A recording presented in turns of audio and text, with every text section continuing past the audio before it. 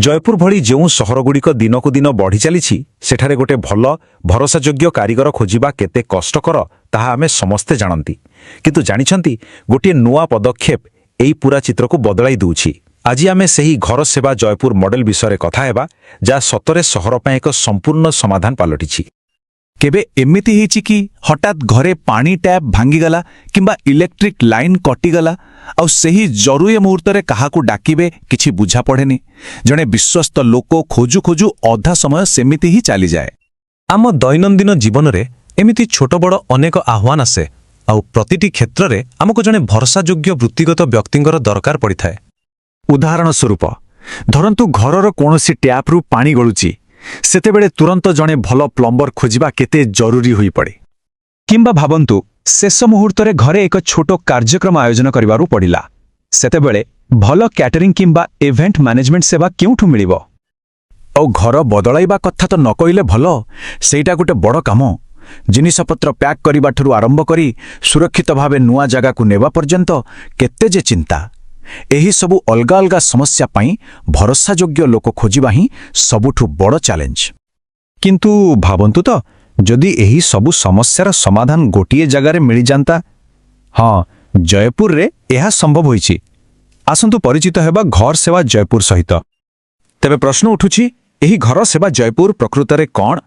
ଏହା ହେଉଛି ଏକ ସ୍ଥାନୀୟ ସେବା କେନ୍ଦ୍ର ଯାହାର ଲକ୍ଷ୍ୟ ହେଲା ସହରର ଲୋକମାନଙ୍କୁ ତାଙ୍କର ସବୁ ପ୍ରକାରର ଆବଶ୍ୟକତା ପାଇଁ ଘର ପାଖରେ ହିଁ ସେବା ଯୋଗାଇ ଦେବା।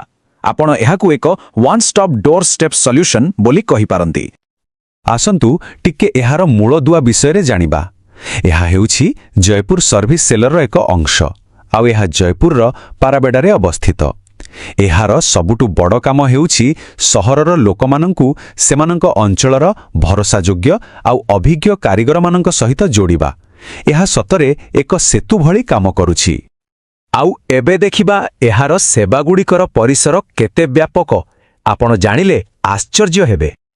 ଏହି ଟେବୁଲକୁ ଟିକେ ଦେଖନ୍ତୁ, ଏହାର ପରିସର କେତେ ବିଶାଳ ସହଜରେ ଜଣାପଡ଼ୁଛି। ଘର ରକ୍ଷଣାବେକ୍ଷଣ ବର୍ଗରେ ପ୍ଲମ୍ବର, ଇଲେକ୍ଟ୍ରିସିଆନଙ୍କଠୁ ଆରମ୍ଭ କରି ପରିବହନ ପାଇଁ ପ୍ୟାକର୍ସ ଓ ମୁଭର୍ସ, ଏପରିକି ସ୍ୱାସ୍ଥ୍ୟସେବା ଆଉ ଶିକ୍ଷା ପାଇଁ ହୋମ୍ ନର୍ସ ଏବଂ ଦୈନନ୍ଦିନ ଜୀବନ ପାଇଁ ଇଭେଣ୍ଟ ମ୍ୟାନେଜମେଣ୍ଟ ପର୍ଯ୍ୟନ୍ତ, ମାନେ ସବୁକିଛି ଗୋଟିଏ ଛାତ ତଳେ। ଏହା ହିଁ ଏହାର ସବୁଠୁ ବଡ଼ ଶକ୍ତି। ଏତେ ସବୁ ସେବା ଭିତରୁ ଏହା କେମିତି କାମ କରେ ତାକୁ ଭଲ ଭାବରେ ବୁଝିବା ପାଇଁ ଆସନ୍ତୁ ଗୋଟିଏ ଉଦାହରଣ ନେବା। ପ୍ୟାକର୍ସ ଏବଂ ମୁଭର୍ସ ସେବାକୁ ଟିକେ ପାଖରୁ ଦେଖିବା। ତେବେ ଘର ସେବା ମାଧ୍ୟମରେ ଘର ବଦଳାଇବା କାମଟା କେତେ ସହଜ ହୋଇଯାଏ ଦେଖନ୍ତୁ। ପ୍ରଥମେ ସେମାନେ ଆସି ସବୁ ଜିନିଷକୁ ପ୍ରଫେସନାଲ ଢଙ୍ଗରେ ପ୍ୟାକ୍ କରନ୍ତି, ତାପରେ ସୁରକ୍ଷିତ ଭାବରେ ଗାଡ଼ିରେ ଲୋଡ୍ କରନ୍ତି। ଏହାପରେ ପୁରା ବିଶ୍ୱାସର ସହିତ ନୂଆ ସ୍ଥାନରେ ପହଞ୍ଚାଇ ଶେଷରେ ସାବଧାନତାର ସହିତ ଜିନିଷ ଓହ୍ଲାଇବାରେ ମଧ୍ୟ ସାହାଯ୍ୟ କରନ୍ତି। ଏହା ଗ୍ରାହକଙ୍କ ପାଇଁ ସ୍ଥାନାନ୍ତରଣ ପ୍ରକ୍ରିୟାକୁ ବହୁତ ସହଜ ଆଉ ଚିନ୍ତାମୁକ୍ତ କରିଦିଏ।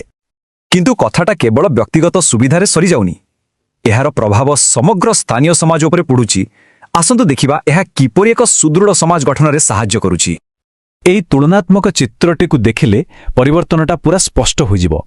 ଭାବନ୍ତୁ ତ, ପୂର୍ବରୁ ଯେଉଁଠି ପ୍ରତିଟି କାମ ପାଇଁ ଅଲଗା ଅଲଗା ଅପରିଚିତ ଲୋକଙ୍କୁ ଖୋଜିବାକୁ ପଡ଼ୁଥିଲା, ଏବେ କ'ଣ ହେଉଛି? କେବଳ ଗୋଟିଏ କଲ୍ରେ ବିଶ୍ୱସ୍ତ ସେବା ମିଳିଯାଉଛି। ଆଉ ସେବାର ମାନକୁ ନେଇ ଯେଉଁ ଅନିଶ୍ଚିତତା ଥିଲା, ତା ବଦଳରେ ଏବେ ବିଶ୍ୱାସୀ ବିଶେଷଜ୍ଞଙ୍କୁ ଏକ ପୁରା ନେଟୱାର୍କ ରହିଛି। ସଂକ୍ଷେପରେ କହିବାକୁ ଗଲେ ଏହାର ମୁଖ୍ୟ ସାମୁଦାୟିକ ପ୍ରଭାବଗୁଡ଼ିକ ହେଲା ଲୋକଙ୍କ ପାଇଁ ଅସୀମ ସୁବିଧା, ସ୍ଥାନୀୟ କାରିଗରମାନଙ୍କୁ କାମ ଦେଇ ସ୍ଥାନୀୟ ଅର୍ଥନୀତିକୁ ମଜବୁତ କରିବା, ଆଉ ପରିବାର ଓ ଛୋଟ ବ୍ୟବସାୟ ପାଇଁ ଏକ ନିର୍ଭରଯୋଗ୍ୟ କେନ୍ଦ୍ର ସୃଷ୍ଟି କରିବା। ଏହାର ବହୁମୁଖୀତା ଦୈନନ୍ଦିନ ଜୀବନର ପ୍ରାୟ ପ୍ରତ୍ୟେକ ଦିଗକୁ ଛୁଇଁ ପାରିଛି। ତେବେ କ'ଣ ଏହି ମଡେଲ କେବଳ ଜୟପୁର ପାଇଁ ସୀମିତ? ନା, ଆଦୌ ନୁହେଁ। ଏହା ସ୍ଥାନୀୟ ସେବାର ଭବିଷ୍ୟତ ପାଇଁ ଏକ ବଡ଼ ଚିତ୍ର ଆମ ସାମ୍ନାରେ ରଖୁଛି। ଏହି ଗୋଟିଏ ବାକ୍ୟ ହିଁ ଘର ସେବାର ପ୍ରକୃତ ଉଦ୍ଦେଶ୍ୟକୁ ସଠିକ୍ ଭାବରେ ବୁଝାଇ ଦେଉଛି। ଏହା କେବଳ ଏକ ବ୍ୟବସାୟ ନୁହେଁ, ବରଂ ଏହା ହେଉଛି ସମାଜ ଦ୍ୱାରା ଆଉ ସମାଜ ପାଇଁ ଏକ ପଦକ୍ଷେପ। ଏହାର ମୂଳରେ ଏକ ସାମୁଦାୟିକ ଭାବନା ରହିଛି। ତେବେ ଶେଷରେ ଏକ ଗୁରୁତ୍ୱପୂର୍ଣ୍ଣ ପ୍ରଶ୍ନ ମନକୁ ଆସୁଛି।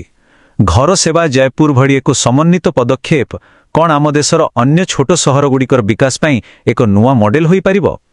ଆଧୁନିକ ସୁବିଧା ଏବଂ ସ୍ଥାନୀୟ ଦକ୍ଷତାକୁ ଏକାଠି କରି ଏକ ସ୍ଥାୟୀ ଭବିଷ୍ୟତ ଗଢ଼ିବାର ସମ୍ଭାବନା ବିଷୟରେ ଚିନ୍ତା କରିବାର ସମୟ ଆସିଛି।